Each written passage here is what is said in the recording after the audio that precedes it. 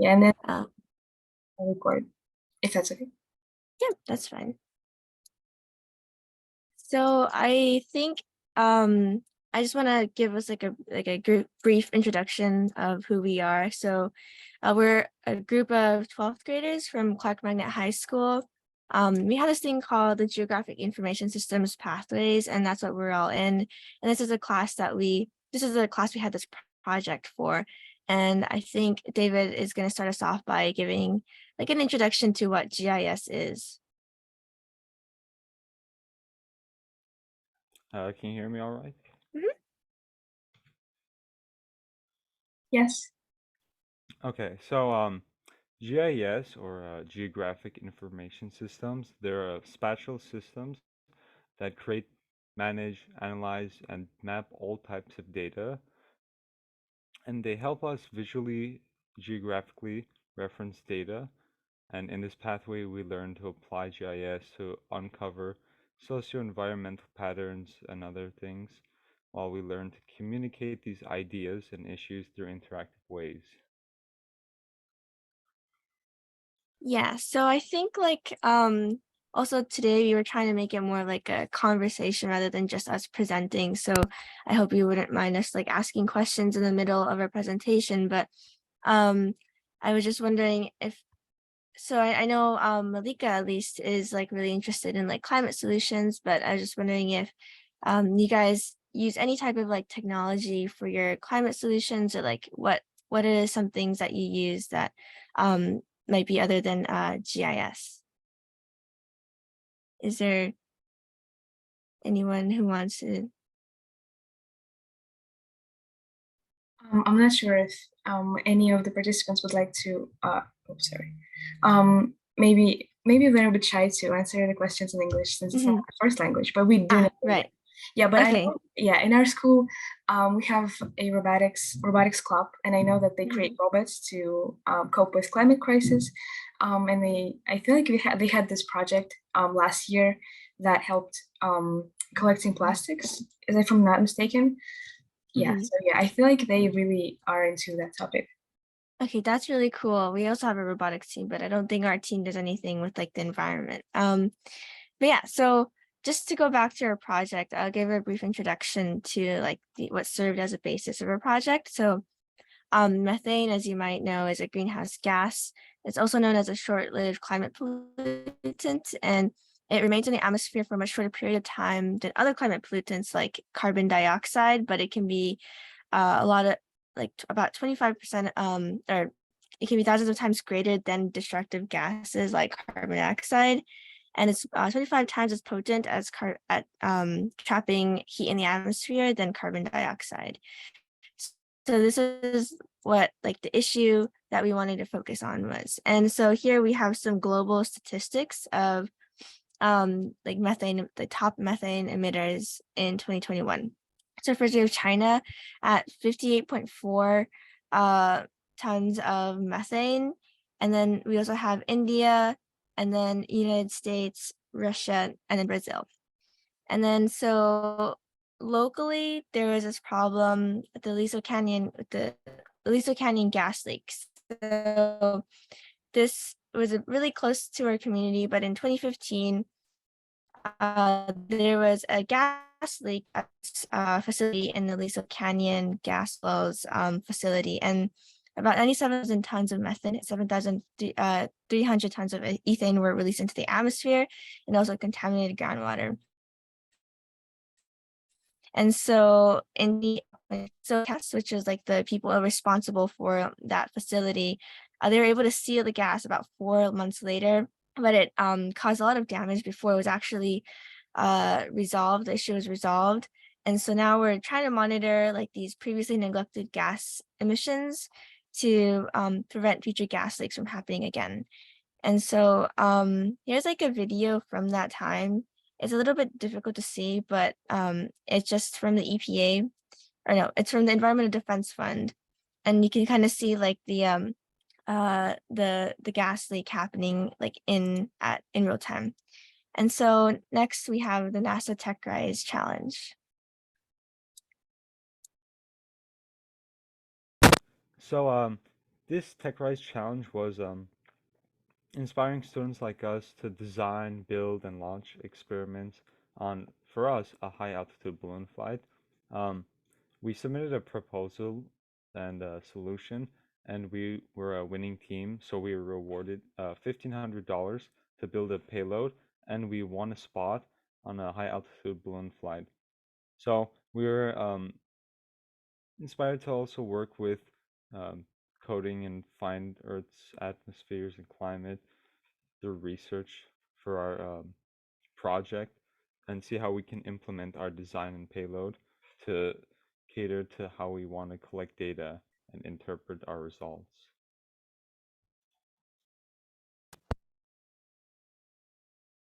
So our hypothesis here, we wanted to send methane sensors up with our design solution over a high altitude balloon flight over these oil and gas well fields where the Aliso Canyon gas leak was, and we were going to be able to detect methane gas in the stratosphere and see if it were higher or lower levels than usual.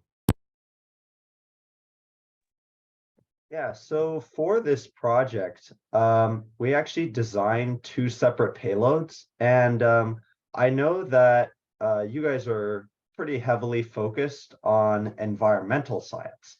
And that's awesome. But engineering and designing payloads like these helps us accomplish that. And that's the beauty of GIS, is that we can combine our need to analyze the environment with the tools we have available in engineering in order to make kind of impactful changes. So as David alluded to earlier, NASA, which is kind of our big aeronautics and space administration here in the United States, they put out this student challenge, and after submitting a proposal, we were decided as one of the winners for this year. So we designed this payload for a high altitude balloon flight. You can see our CAD model, computer aided design model, on the screen here. So we had this idea, and this idea was that, well, we wanted to analyze the upper atmosphere for methane concentrations.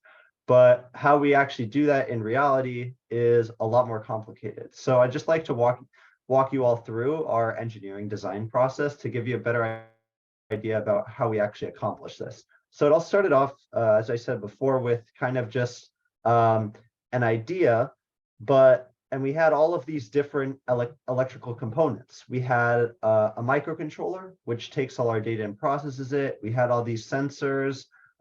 We had a camera. However, the real struggle was kind of putting it all together. So you can see this kind of mess of a circuit diagram here on your screen, where the red and black wires represent power cables. So of course, to complete a circuit, you need plus and minus. And then the blue represent analog data stream. So for this project, the balloon was actually our primary source of power and data. You can see at the top of your screen that the balloon sends the data into this kind of intermediate board. It's called the payload interface board, and it essentially allows our payload and the rest of our electronics to connect with the balloon that's going to be flying. And this payload interface board allows us to get power as well as GPS data. So we know exactly where the data we're collecting corresponds to in our atmosphere. And then we have our Metro M4 microcontroller.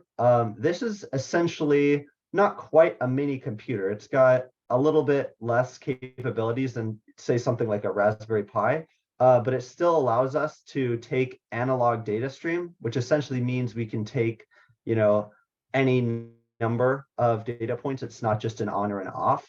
And so we can take that data and we can send it to a breakout board. And that kind of allows us to store our data on a micro SD card, which I'll let David get into a little later as well. And we also had a camera as well, because collecting raw data is great, but also having that visual component is extremely meaningful and important. So I'll let David elaborate on some of the components a little more.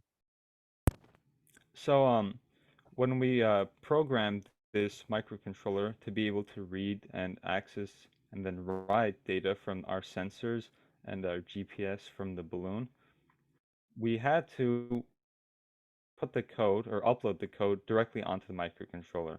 So it stores onto the microcontroller, but the storage on that is small enough so that we would have to reroute all of our sensor data to this breakout board, which is 32 gigabytes.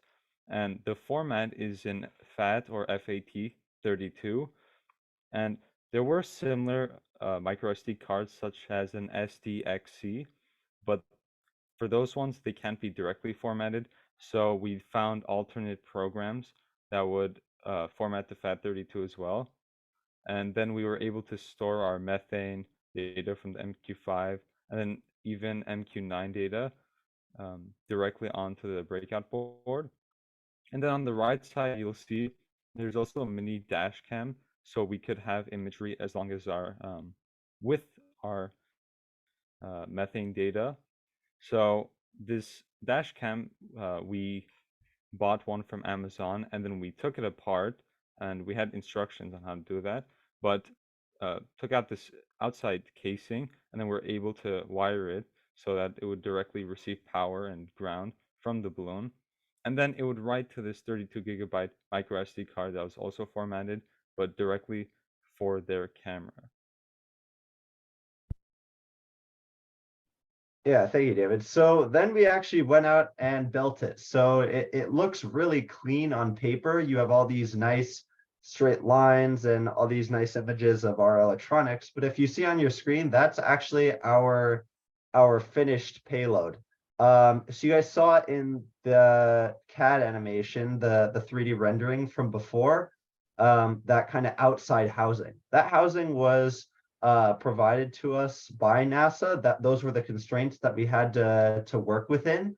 So after we mounted all of our electronics, testing was a big priority because we were sending this up to roughly 70,000 feet in the air.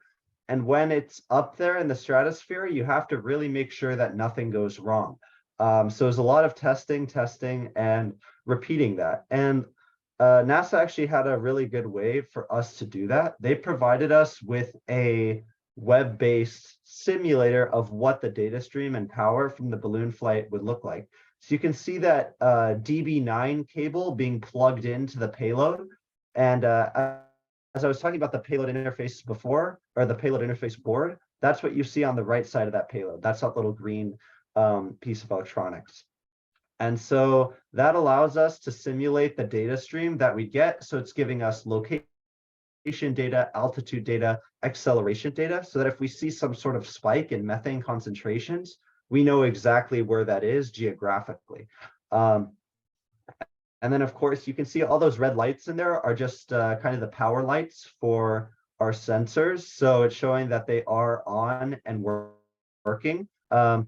And then you could see the simulator in the back, that purple screen essentially shows us kind of where we would be in the balloon flight. So it allows us to simulate the entirety of the 4-hour flight.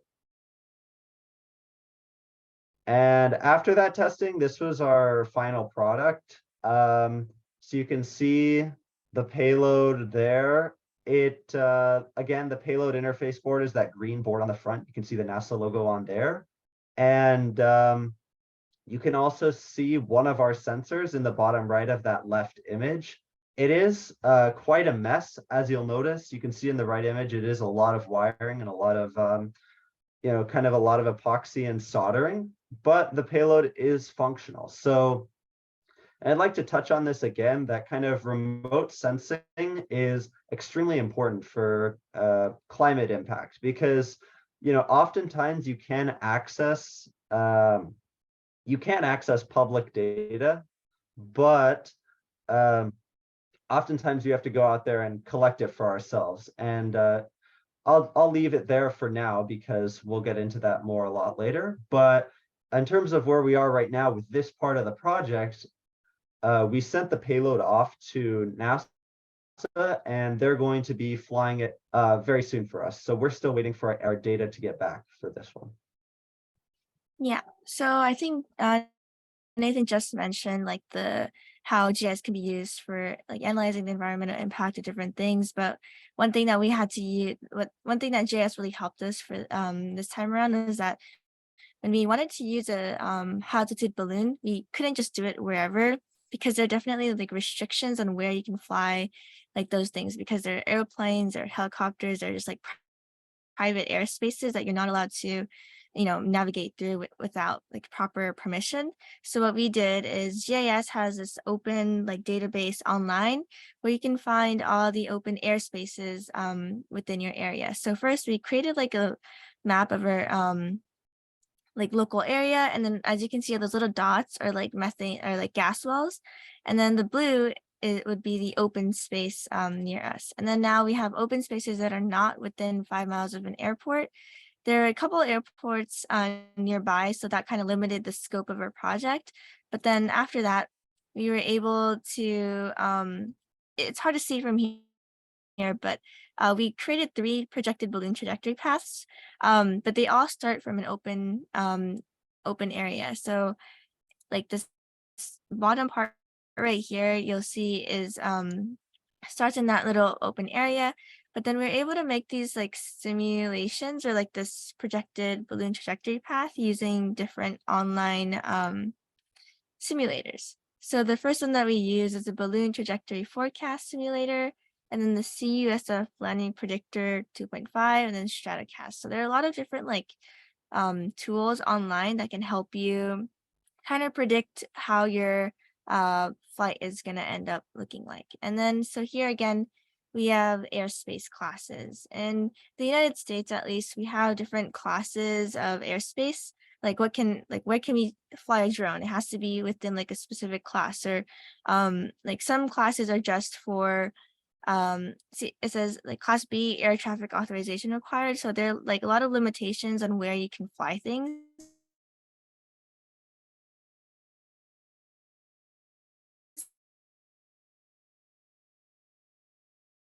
One of these airspace classes. This map we created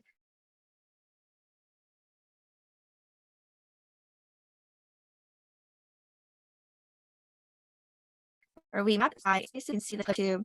And then as you can see here, these are the 3 projected balloon trajectory paths that we made before.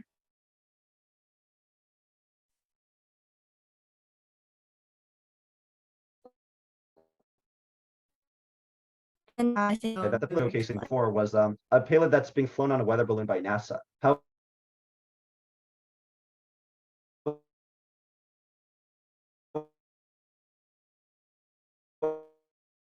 the NASA TechRise payload, that's being flown over South Dakota, which is several hundred miles away from where we live. But on the local scale, we wanted to run a similar test flight in order to get a better idea of what gases are in our atmosphere and at what concentration. So we did try to plan the balloon flight as Yuzuna showed, but there were a lot of logistical challenges that went into flying a balloon, a personal balloon at something like 13,000 feet. So instead, we opted for a lower altitude drone flight. And essentially what that means is that instead of going up to 13,000 feet, we're down at around 400 feet off areas. And of course, for this payload, we weren't working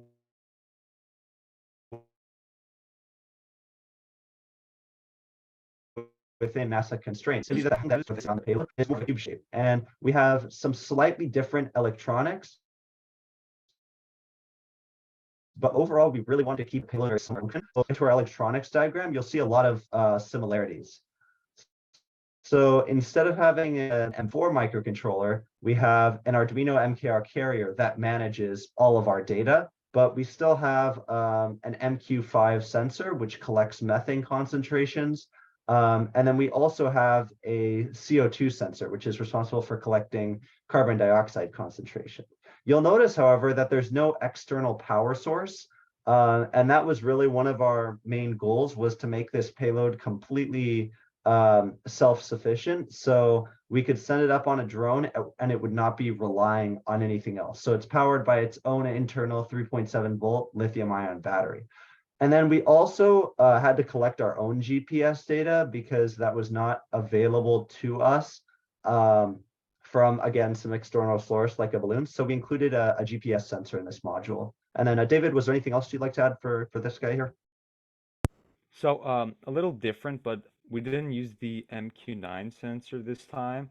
So we had the SGP30 for CO2 and VOC. And in addition, this one also had two different micro SD cards. So I think it was the ENV Shield that carries and stores most of our data, and the MKR carrier at the top was the one that stored our code. And we did have a bit of trouble with the GPS at first.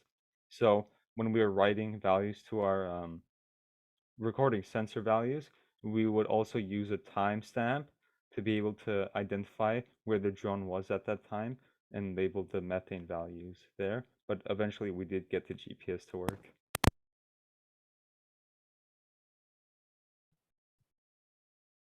Yuzuna, Yeah. before you go on to the December 13th launch, sorry to cut you off there. Okay. Would it be okay if I shared my screen to kind of Yeah, show sure. them a little bit of the coding that goes into it? Yeah. Share this over here. Can you all see my screen okay? Yes. Okay, so this is our code for the local launch. So I just want to walk you through it so you can get a better idea of what goes into programming a payload like this. Up here, we have a couple of libraries, and these are essentially extensions to our integrated development environment. However, the bulk of the code is in here. These are kind of troubleshooting things. So you can see that we take all of these values from the GPS sensor, the latitude, the longitude, the altitude, the speed, and even the number of satellites that we have connected. And then what we do here is that we print the file to our micro SD cards. So these lines of code here are essentially saying print, this data. And one of the interesting things that you might notice is that we have a comma between every single line. And that has a very specific application in that we need a specific type of data and format of data to be able to use it when we put it into our GIS software. And I'll talk about that a little bit later. But you also see here that we're also collecting methane data. So the gas value that you see right here is the methane concentration in analog. And then we also have some other data types, temperature, humidity, pressure, and luminance, the CO2 and VOC that David alluded to earlier. And then, of course, David was talking about our issues with the GPS, and this is kind of how we supplemented that. So it's quite a lot of code. You'll see roughly 162 lines minus, of course, all the blanks that we left in there for formatting. But this is what's necessary for us to take the hardware and really make it applicable to data collection. So Yuzuna, I will pass it back to you. Yes, thank you. By the way, Malika, I have a timer at the top of my Zoom screen. It says 10 minutes remaining. Would you like us to come join back in with the same link once the time runs out? Yeah, sure. I will just Okay. start a new one. Okay, thank you. So yeah, we'll go into the bulk of our project now. We ran a couple of test runs using the drone housing. So as you can see, our first one was on December 13th, 2021 or 2022. And then so we use the Inspire 2 UAV, which is the drone model, to simulate the launch at our school. And because we wanted to do it at our school first, just to get some control data to compare our results from Aliso Canyon to later. And so here is an image. It's an orthomosaic of 26 images that are drone created. So so what an orthomosaic is basically we have our flight plan here, which is the path our drone took, and then at during the process of the flight, the drone would take 26 pictures at different points, And then at the very end, it would merge all those pictures together into this like seamless image. And this is like the area that we covered. And this is our school's campus. It's pretty tiny. And yeah, so then we'll go into this really cool 3D point cloud model. I can actually show you what it looks like, but basically our drone has this laser that it's able to shoot out to like different places, and then it'll like calculate the distance between, or how long it took for that laser to come back. And so this is called lidar. And we're able to like create these like really cool point cloud models with it. This is our school's campus. And if hold on, let me just reshare my screen. I have a different thing. But basically we're able to take this data to create like these really cool 3D visualizations of what we're able to what we scanned. So as you can see, some of the walls are missing, but that's because the drone is going from above. So like they never hit that angle to get the walls. Yuzuna, sorry to interrupt. I don't know if Yeah. this is just a problem on my end, but we're having trouble seeing your screen. It's Yeah. like cut off. Yeah. Okay, let me try again. Wait, are you able to see it now? It's loading in. Yes. Okay. Now it's much Okay. better. Yeah, so we're able to, this is like a 3D visualization of what we like scanned using the drone's lidar capabilities. And so I just wanted to point this out because a lot of the remote sensing techniques it's used for like people who are not able to access like exactly where they're they're researching. So lidar in this case helped us like map our school, but of course for people who are not able to actually, for example, they use a lot of underwater lidar. And let me just share my screen again for,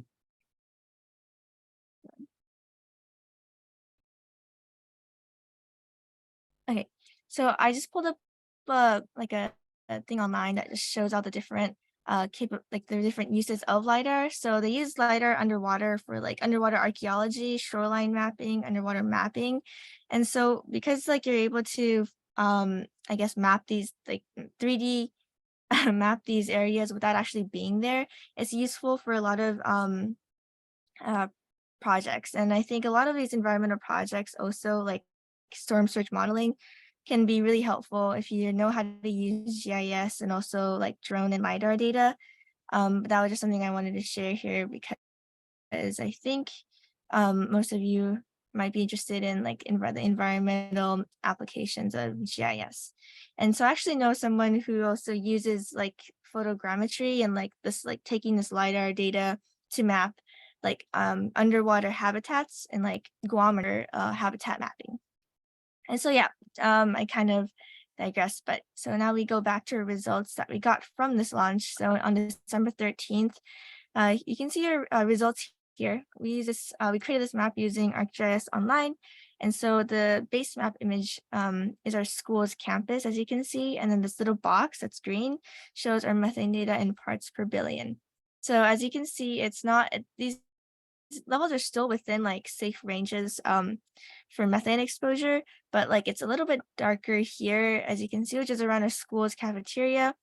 So we're just thinking it's a little bit surprising, but we're thinking that it's just the gas on the stoves in the cafeteria that you use. So we hope to continue monitoring our school's methane levels. And Nathan, do you want to go into the Yeah, David? sure. Yeah. So we took this data from our school as kind of a proof of concept for our flight. And we wanted to now run this closer to the actual gas wells, and this was in Aliso Canyon. So you can see this is kind of an overview of the area. This is the Aliso Canyon area. You can see the residential area kind of in the bottom right, and then the gas wells are to the northeast in the top right. So we did want to fly this close to the gas storage facilities and gas wells. These areas were a little bit inaccessible, so we had to take advantage of the wind.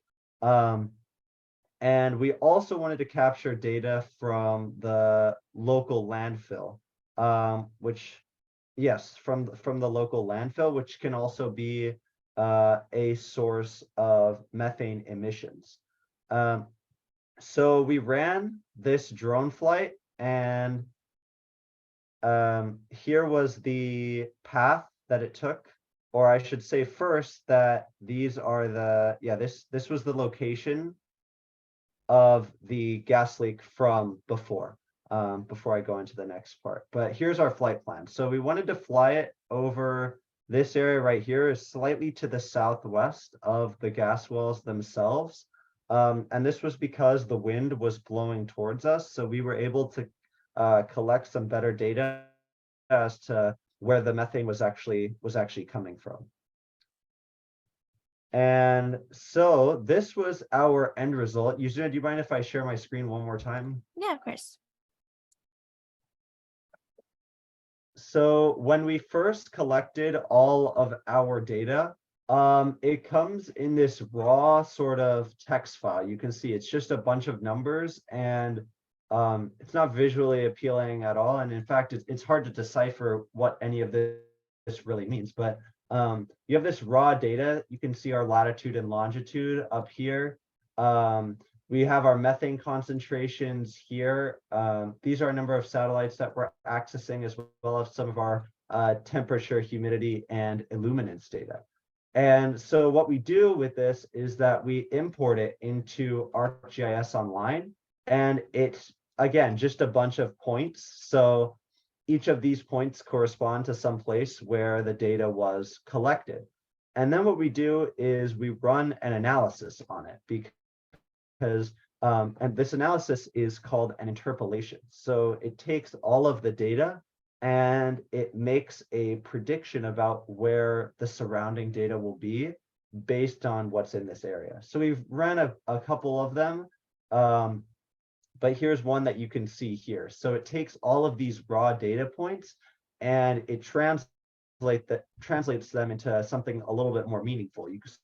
So you can see the darker spots are heavier methane concentrations, and then the lighter are sort of weaker methane concentrations. I know I'm about to run out of time here on the meeting, but I just wanted to give you an idea of what our process looks like to get from the raw data to the actual maps and visualizations themselves.